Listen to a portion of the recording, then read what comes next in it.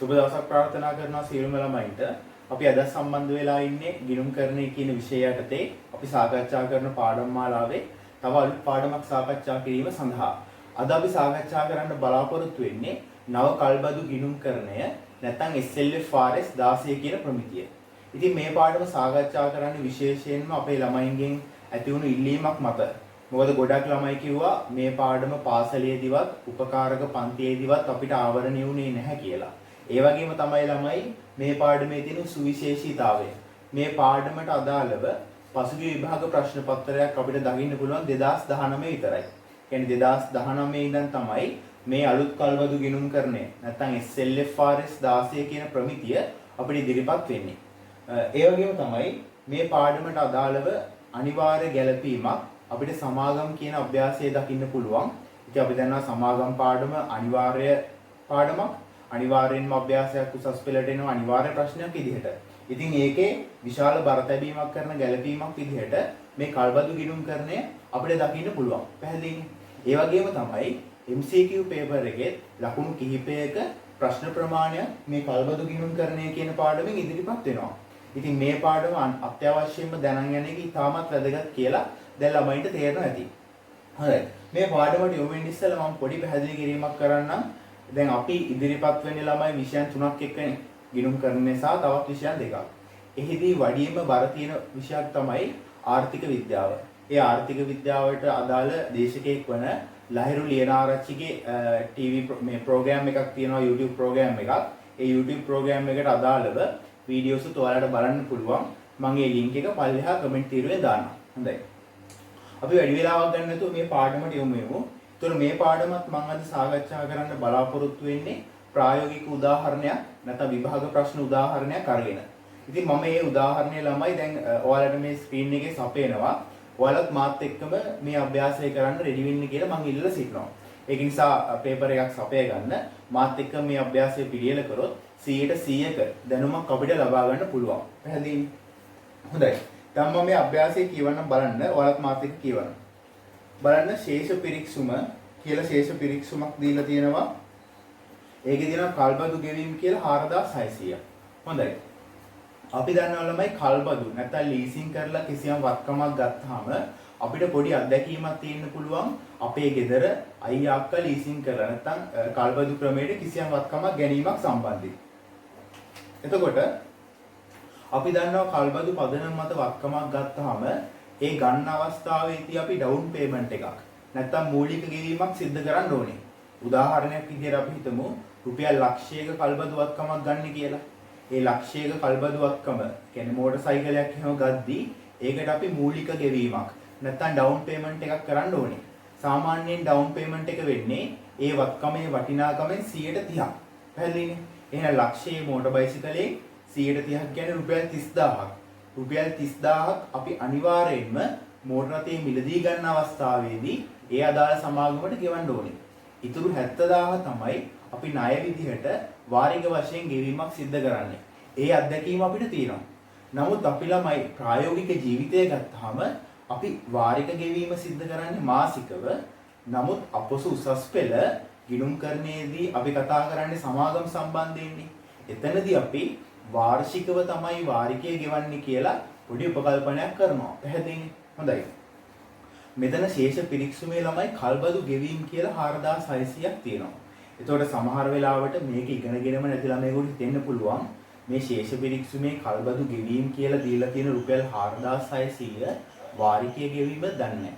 මොකද අපි දන්නවා හැම වර්ෂයකදීම වාරිකයක් ගෙවන්න එපා ලීසින් කම්පැනියට කල්බදු සමාගමට. ඒතකොට ළමයෙකුට හිතෙන්න පුළුවන් මේ 4600ක් කියලා ශේෂ පිරික්සුමේ තියෙන්නේ ඒ ගෙවපු වාරිකයද දන්නේ නැහැ කියලා. ඉතින් අපි දැම්ම ළමයි ඒක තීරණය කරන්න ඕනේ නැහැ.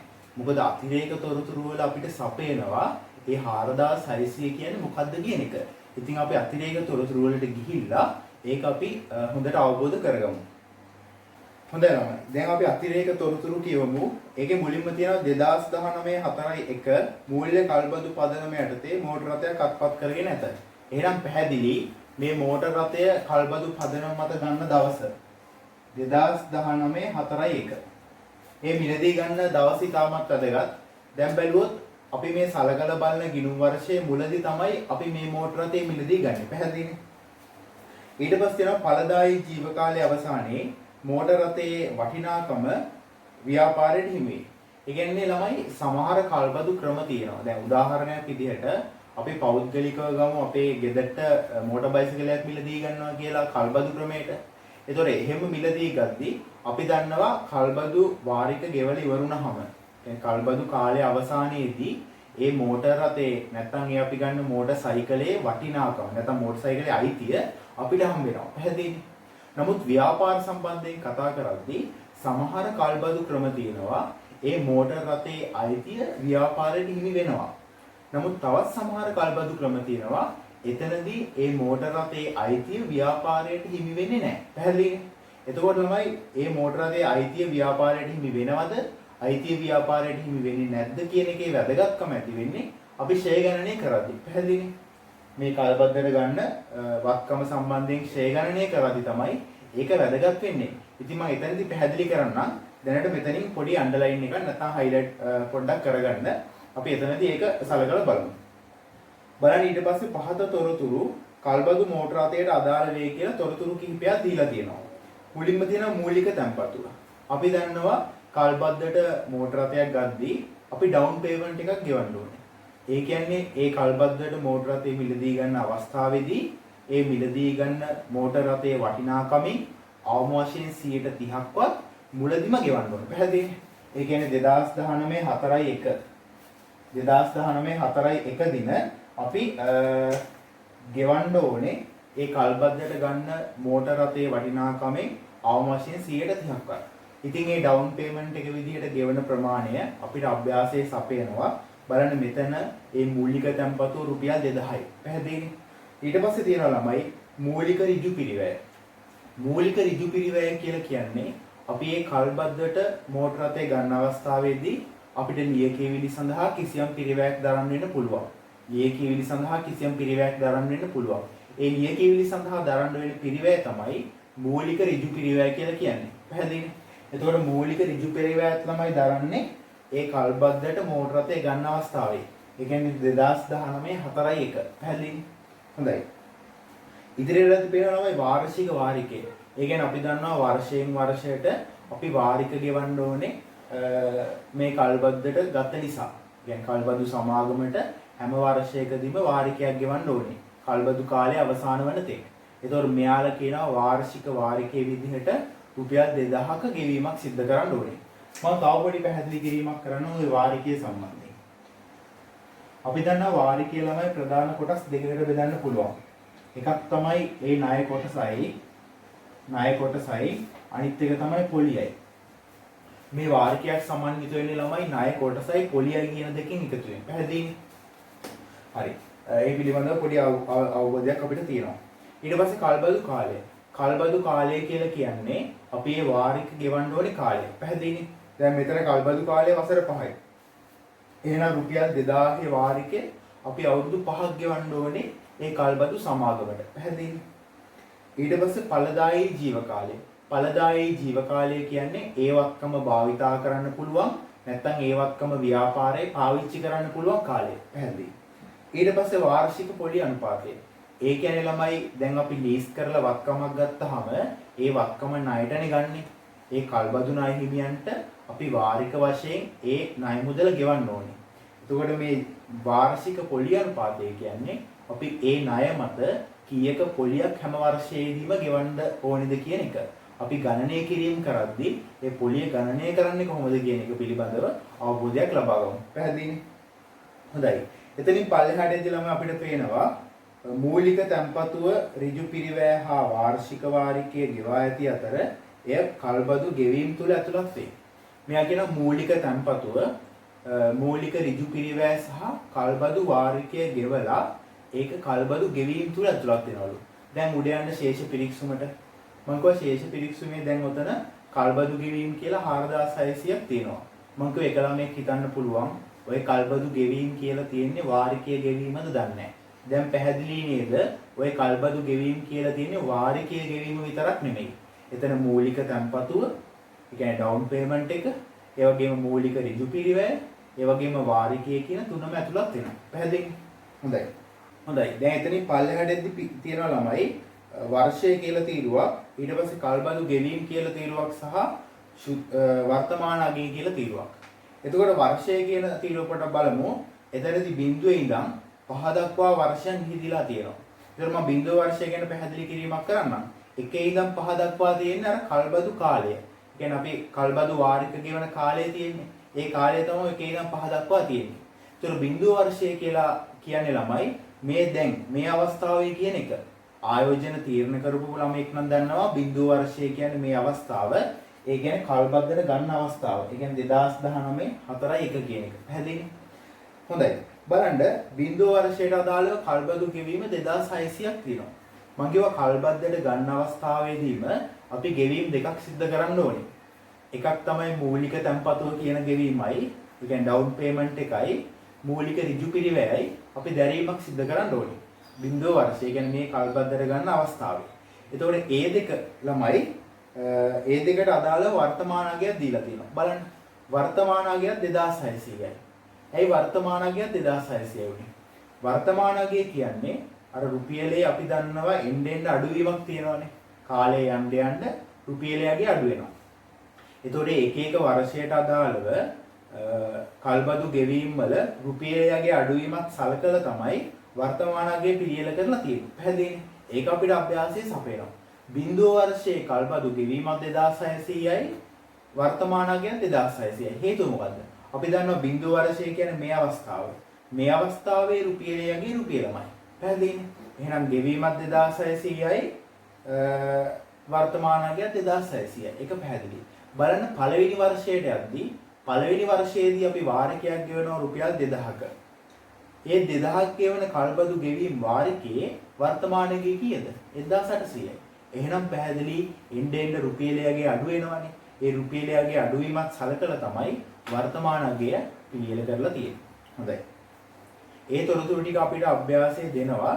ඉතින් අපිට මේ තියෙන තොරතුරු ටික භාවිතා කරලා ගිණුම් තැබීමක් තමයි සිද්ධ කරන්න ඕනේ. මූල්‍ය ප්‍රකාශන පිළියෙල කිරීමක් තමයි සිද්ධ කරන්න ඕනේ. පැහැදිලි. එතකොට ළමයි අපි කල්බදු ගෙවීම් ගිණුමක් සහ භාවිත අයිති ඇති වත්කම් ගිණුමක් පෙරවැඩ යටතේ පිළියෙල කරගන්න ඕනේ සමාගම් ගානකනම්. කල්බදු ණය හිමි ගිණුමක් සහ භාවිත අයිති ඇති වත්කම් ගිණුමක් පෙරවැඩ යටතේ අපි පිළියෙල කරගන්න ඕනේ. පැහැදිලි. මෙතන මම මේ සටහන් අංක 5 කියලා දක්වලා තියෙන්නේ.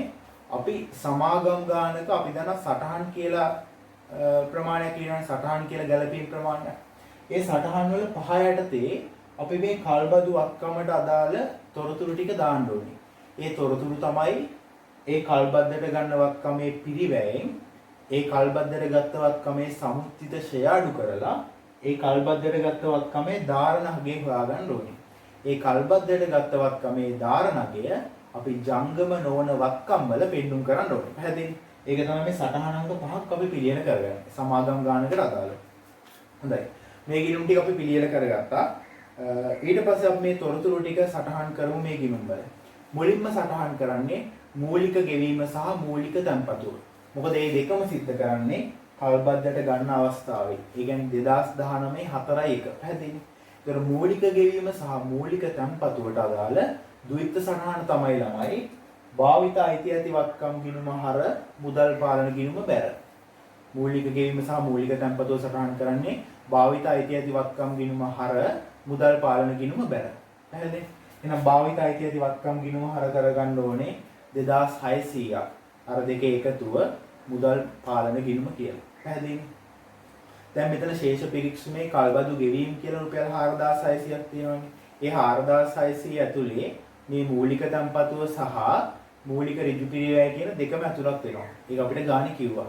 ඒතර අපි සමාගම් ගානක නම් ඒ කල්බදු ගෙවීම් වලින් අයින් කරලා භාවිත අයිතිහාසික වත්කම් ගිණුමේ ඔක සටහන් කරගන්න ඕනේ. පැහැදිලි? හොඳයි.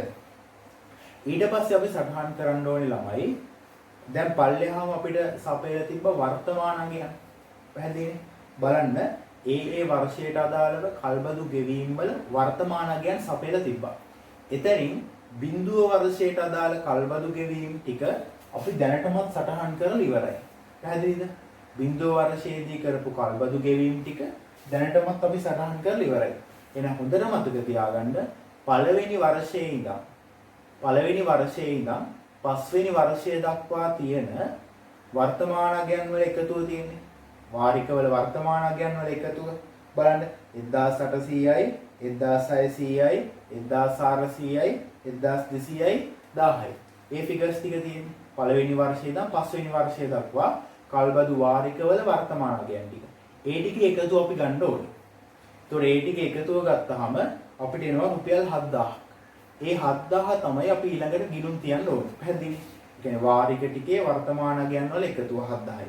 ඒක ගිණුම් තියෙන දුවිත් සටහන තමයි කල්බදු ණය හිමි ගිණුම බැර භාවිත අයිති ඇති වත්කම් ගිණුම හර. එහෙනම් භාවිත අයිති ඇති වත්කම් ගිණුම හර වෙනවා 7000යි. කල්බදු ණය හිමි ගිණුම බැර වෙනවා 7000යි.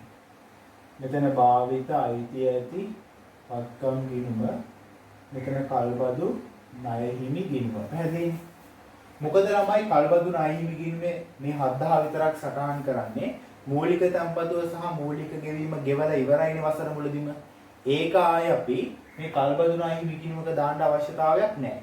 ඒකයි ඒ දෙක ගන්න නැතුව පළවෙනි වර්ෂයේ ඉඳන් පස්වෙනි වර්ෂය දක්වා ගෙවන්න තියෙන වාරිකවල වර්තමානගයන් වල එකතුව තමයි අපි කල්බදු ණය හිමි ගිණුම සටහන් කරන්නේ. පැහැදිලිනේ? ඒ වර්තමානගයන් වල එකතුව භාවිත අයිති ඇති වත්කම් ගිණුම හර කල්බදු ණය හිමි ගිණුම බැර. පැහැදිලි? හොඳයි. දැන් අපි ඊළඟට සටහන් කරන්න ඕනේ වාරිකයේ ගෙවීම. අපි දන්නා වර්ෂයක් ගියයින් පස්සේ වාරිකයක් ගෙවන්න ඕනේ. ඒ කියන්නේ 2019 4 එක තමයි මේ කල්බදු පදනම මත මිලදී ගන්න මේ වත්කම. එහෙනම් 2020 3.31 වාරිකයක් ගෙවීමක් සිදු කරන්න ඕනේ. පැහැදිලි? එතකොට මේ වාරිකයේ ගෙවද්දී ළමයි අපි සටහන් කරන ද්විත් සටහන තමයි කල්බදු ණය හිමි ගිණුම හර මුදල් පාලන ගිණුම බැර. වාරිකයේ ගෙවීම සටහන් කරන ද්විත් සටහන තමයි කල්බදු ණය හිමි ගිණුම හර මුදල් පාලන ගිණුම බැර. පැහැදිලි? එහෙනම් කල්බදු ණය හිමි ගිණුම අපි හර කරන්න ඕනේ වාරිකයේ වන 2000. මුදල් පාලන ගිණුම කියන්නේ. පැහැදිලි? මේ කල්බදු වාරිකයක් ළමයි අපිට දැනටමත් ගෙවලා තියෙන්නේ කියලා අභ්‍යාසයේ කිව්වා. ඒ ගෙවපු කල්බදු වාරිකයක් ඇතුළත් වෙන්නේ කොහෙද? අර ශේෂ පිරික්සුමේ තියෙන කල්බදු ගෙවීම් තුල. එහෙනම් මේ කල්බදු ගෙවීම් ගිණුමෙන් ඒ 2000 අයින් කරලා අර කරන්න ඕනේ මොකද්ද? කල්බදු ණය හිමි ගිණුම. පැහැදිලිද? ඒතර කල්බදු වාරිකයට අදාළ ඇත්තම දුයිත් සටහන කල්බදු ණය හිමි ගිණුම හර මුදල් පාලන ගිණුම බැර. පැහැදිලිද? හොඳයි. දැන් එහෙනම් ඒ තොරතුරු ටික සටහන් කරගන්න. ඊට පස්සේ අපි දන්නවා මේ වාරිකය ඇතුලේ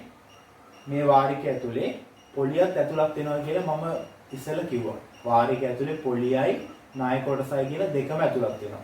එහෙනම් මේ වාරිකය ඇතුලේ තියෙන පොලිය අපි කල්බදු ණය හිමි ගිණුමෙන් ඉවත් කරලා කල්බදු පොලි ගිණුමකට මාරු කරන්න ඕනේ. පැහැදිලිද? මේ වාරිකය ඇතුලේ තියෙන ඒ වර්ෂයේ පොලිය කල්බදු ණය හිමි ගිණුමෙන් ඉවත් කරලා කල්බදු පොලි ගිණුමකට මාරු කරන්න ඕනේ. පැහැදිලිද? එතකොට දැන් අපි කොහොමද ඒක ඇතුලේ තියෙන පොලිය ගණනය කරන්නේ?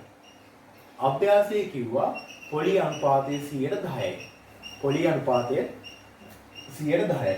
එතකොට තමයි පොලිය ගණනය කරන්නේ අපි ඒ ගෙවන්න තියෙන ණය ප්‍රමාණයට 10%ක්. එතකොට අපි ගෙවන්න තියෙන ණය ප්‍රමාණය රුපියල් 7000යි. ඒ 7000ට 10%ක් තමයි පොලිය වෙන්නේ. ඒ කියන්නේ 700යි. හරි. එහෙනම් මේක ඇතුලේ තියෙන 700ක පොලිය අපි කල්බදු ණය හිමි ගිණුම බැර කරලා හර කරන්න ඕනේ පොලි වියදම් ගිණුමක්. හරිද? කල්බදු ණය හිමි ගිණුම බැර කරලා අපි හර කරගන්න ඕනේ පොලි ගිණුමක්. කල්බදු පොලි ගිණුමක්. හරිද? කල්බදු පොලි ගිණුම හර 700යි. කල්බදු ණය හිමි. හරිද? හොඳයි. මේක තමයි එහෙනම් කල්බදු පොලි වියදම. දැන් ළමයි අපි ඔක්කොම තොරතුරු ටික සටහන් කරගෙන ඉවරයි මේ අභ්‍යාසයට අදාළව. දැන් අපිට තියෙන්නේ ඒ ගිණුම් තුලනය කරන්න. ඒ තුලනය කරද්දී මුලින්ම ඉන්න භාවිත අයිති ඇති වත්කම් ගිණුම. භාවිත අයිති ඇති වත්කම් ගිණුම අපිට පේනවා 9600ක් විදිහට ශේෂය. ශේෂය පාගේ 9600යි. ශේෂය ඊගේ 9600යි. පැහැදිලි? එහෙනම් ඒ වත්කමේ කල්බදු වත්කමේ පිරිවැය වෙන්නේ රුපියල් 9600යි. ඒ කියන්නේ භාවිත අයිති ඇති වත්කම් ගිණුම ශේෂය. හරිද? ඒතකොට සටහන් අංක 5 අපිට පිරිවැය සටහන් කරන්න පුළුවන් 9600යි. රුපියල් 1000 වලින්. හරිද? හරි. දැන් ළමයි ඊළඟට අපි මේ වත්කමට අදාළව ෂෙය හොයාගන්න ඕනේ. මොකද මේ වත්කම කල්බදු පදනම මත මිලදී ගන්නේ 2019 4 ගිණුම් වර්ෂය ඉවර වෙන්නේ 2020 3:31. එහෙනම් මේ කල්බදු වත්කම අනිවාර්යයෙන්ම ෂෙය කරන්න ඕනේ. පැහැදිලිද? ඒතකොට ෂෙය කරන සූත්‍රය අපි දන්නවා. මේම සූත්‍රයක් අපි අහලා දෙනවා. ෂෙය සමානයි වාර්ෂික ෂෙය සමානයි පිරිවැය ඍණ සුන්බුන්නගය බෙදීම ඵලදායී ජීව කාලය. මේම සූත්‍රයක් අපි අහලා දෙනවා. වාර්ෂික ෂෙය වෙන සූත්‍රයක් අහලා දෙනවා. පිරිවැය ඍණ සුන්බුන්නගය බෙදීම ඵලදායී ජීව කාලය. ඒක පිරිවැය පැහැදිලි ළමයි කියන රුපියල් 9600යි. පිරිවැය 9600යි. සුන්බුන්නගයක් ගැන ගාණ කියලා නැහැ. සුන්බුන්නගේ බිඳුවයි. ඒතර අපි අහලා තියෙන විදිහට සාමාන්‍යයෙන් ෂෙය හොයද්දී සාමාන්‍යයෙන් ස්ථාවර වත්කම් වල බෙදන්නේ ඵලදායී ජීව කාලය. නමුත් හොඳට මතක තියාගන්න කල්බදු වත්කම් වල බෙදනාගේ තීරණය වෙන්නේ. මම උඩදී කිව්වා අර වාක්‍යයක් හයිලයිට් කරගෙන කියලා මතකයිද? මොකද්ද? කල්බදු කාලය අවසානයේදී වත්කමේ අයිතිය ව්‍යාපාරයට හිමි වෙනවද? ව්‍යාපාරයට හිමි වෙන්නේ නැද්ද? හොඳට මතක තියාගන්න අභ්‍යාසය කියලා තිබ්බොත් කල්බදු කාලය අවසානයේ වත්කමේ අයිතිය ව්‍යාපාරයට හිමි වේ කියලා. එතකොට අපි ෂෙය කරන්න භාවිතා කරන්නේ ඵලදායී ජීව කාලය තමයි. වත්කමේ අයිතිය ව්‍යාපාරයට හිමි වේ කියලා තිබ්බොත් අපි ෂෙය කරන්න භාවිතා කරන්නේ ඵලදායී ජීව කාලය තමයි. නමුත් වත්කමේ අයිතිය ව්‍යාපාරයට හිමි නොවේ කියලා තිබ්බොත් අපි ෂෙය කරන්න භාවිතා කරන්නේ ඵලදායී ජීව කාලයයි කල්බදු කාලය කියන දෙකෙන් අඩුවගේ. පැහැදිලිද? වත්කමේ අයිතිය ව්‍යාපාරයට හිමි නොවේ නම් අපි ෂෙය කරන්න භාවිතා කරන්නේ ඵලදායී ජීව කාලය සහ කල්බදු කාලය කියන දෙකෙන් අඩුවගේ. පැහැදිලිද? මේ අභ්‍යාසය අපිට කියලා තිබ්බා වත්කමේ අයිතිය ව්‍යාපාරයට හිමි වේ. එහෙනම් අපි ෂෙය කරන්න භාවිතා කරන්නේ මොකද්ද? ඵලදායී ජීව කාලය. ඒතර අභ්‍යාසයේ ඵලදායී ජීව කාලයේ විදිහට අපිට තියෙන වසර 6ක්. වසර 6ක්. ඒතර මෙතන ෂෙය අපිට ගණනය කරන්න පුළුවන් ළමයි 1600. එහෙනම් වාර්ෂික ෂෙය වෙන්නේ 1600ක්. දැන් අපිට සටහන් අංක 5 මේ කල්බදු වත්කමේ ධාරණගේ ගණනය කරන්න පුළුවන්. සමුච්චිත ෂෙය 1600යි. ධාරණගේ රුපියල් 8000යි. ධාරණගේ රුපියල් 8000යි. එහෙනම් මූල්‍ය තත්ත්ව ප්‍රකාශනයේ ජංගම නොවන වත්කම් වල මූල්‍ය තත්ත්ව ප්‍රකාශනයේ ජංගම නොවන වත්කම් වල කල්බදු වත්කම නැත්නම් භාවිත අයිතිය ඇති වත්කම කියලා අපි සටහන් කරන්න ඕනේ මේ 8000. පැහැදිලිද? හොඳයි. ඒතකොට ටික ඉවරයි. ඊට පස්සේ එන්න ඕනේ කල්බදු ණය හිමි ගිණුමට. දැන් කල්බදු ණය හිමි ගිණුම අපි තුලනය කරගෙන බලන්න ඕනේ. තව දුරටත් කල්බදු ණය හිමියන්ට කොච්චර ප්‍රමාණයක් ගෙවන්න තියෙනවද? තව දුරටත් කල්බදු ණය හිමියන්ට කොච්චර ප්‍රමාණයක් ගෙවන්න තියෙනවද? මෙතන 7700යි 7700යි 2000 ගියාම 5700යි. ශේෂය පාගේ 5700යි. ශේෂය ඊගේ 5800යි. පැහැදිලි? එහෙනම් තවදුරටත් ළමයි කල්බදු ණය හිමියන්ට ගෙවන්න ඕනේ රුපියල් 5700ක ශේෂයක්. 5700ක ශේෂයක්. අපි දන්නවා කල්බදු ණය හිමියන්ට ගෙවන්න තියෙන ප්‍රමාණය අපිට වගකීමක්. හැබැයි මේ පාඩමේදී අපි මේ වගකීම ප්‍රධාන කොටස් දෙකකට බෙදනවා. බෙදන්න හේතුව තමයි ළමයි අපි දන්නවා ලබන වර්ෂයේදී අපි වාරිකයක් ගෙවනවානේ. ඒ ගෙවන වාරිකය ඇතුලේ මේ ණයෙන් කොටසක් ඇතුළත් වෙනවද නැද්ද? ඇතුළත් වෙනවා. ඊට පස්සෙත් වාරික ප්‍රමාණයක් ගෙවනවා. ඒතකොට ලබන වර්ෂයේදී අපි ගෙවන වාරිකය ඇතුලේ ඇතුළත් වෙන මේ ණය කොටස අපි දන්නවා වර්ෂයක් ඇතුළත ගෙවන්න තියෙන ණය වලට අපි කියනවා ජංගම වගකීම්. වර්ෂයකින් පස්සේ ගෙවන්න තියෙන ණය වලට කියනවා ජංගම නොවන වගකීම්. එහෙනම් ලබන අවුරුද්දේ ගෙවන වාරිකය ඇතුලේ තියෙන වගකීම් ජංගම වගකීම් විදිහට ඊට පස්සේ ගෙවන්න තියෙන ඒවා ජංගම නොවන වගකීම් විදිහට අපි වර්ග කිරීමක් කරනවා. පැහැදිලිද? හරි. එතකොට අපි කොහොමද ජංගම වගකීම් ප්‍රමාණය හොයාගන්නේ? අපි දන්නවා ලබන අවුරුද්දේ ගෙවන්න තියෙන රුපියල් 2000ක වාරිකය සමන්විත වෙන්නේ මේ ණයෙන් කොටසක් සහ පොලිය එකතු වෙලා. එතකොට අපි මේ වාරිකයෙන් ලබන අවුරුද්දේ ගෙවන්න තියෙන පොලිය අඩු කරොත් අපිට එනවා ලබන අවුරුද්දේ ගෙවන්න තියෙන මේ ණයෙන් කොටස. පැහැදිලි? එතකොට 2000යි වාරිකය 2000යි ඒකෙන් අපි ලබන අවුරුද්දේ ගෙවන්න ඕනේ පොලිය අඩු කරන්න ඕනේ. අපි කොහොමද මේ පොලිය හොයාගන්නේ? මේ පොලිය හොයාගන්න පුළුවන් ළමයි අපි දන්නවා ණය මත 110ක් නේ. දැන් සම්පූර්ණ ණය කීයක් ගෙවන්න තියෙනවද ලබන අවුරුද්දේ? 5700ක්. ඒතකොට ඒකට 110ක් තමයි අපි පොලිය අය කරන්නේ. පැහැදිලි? ඒතකොට 5700 110 කියන්නේ 570ක්. එහෙනම් වාරිකයෙන් ලබන වර්ෂයේ ගෙවන්න ඕනේ පොලිය අඩු කරායින් පස්සේ අපිට ගණනය කරන්න පුළුවන් ජංගම වගකීම් වලට යන කල්බදු ණය හිමියෝ ප්‍රමාණය. පැහැදිලි? ඒක අපිට ගණනය කරන්න පුළුවන්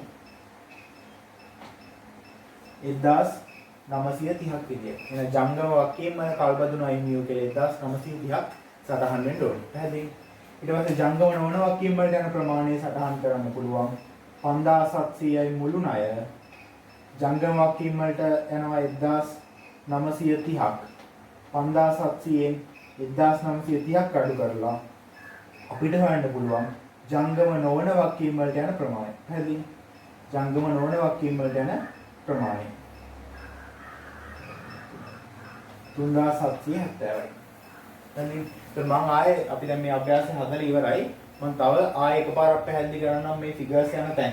එකක් තමයි මේ කල්බදු ණය හිමිකින්නේ මේ වර්ෂයේ පොලිය මේ 700 යනවා ළමයි ආදායම් ප්‍රකාශනයේ මූල්‍ය වියදම් වලට කල්බදු පොලිය කියලා. පැහැදිලි?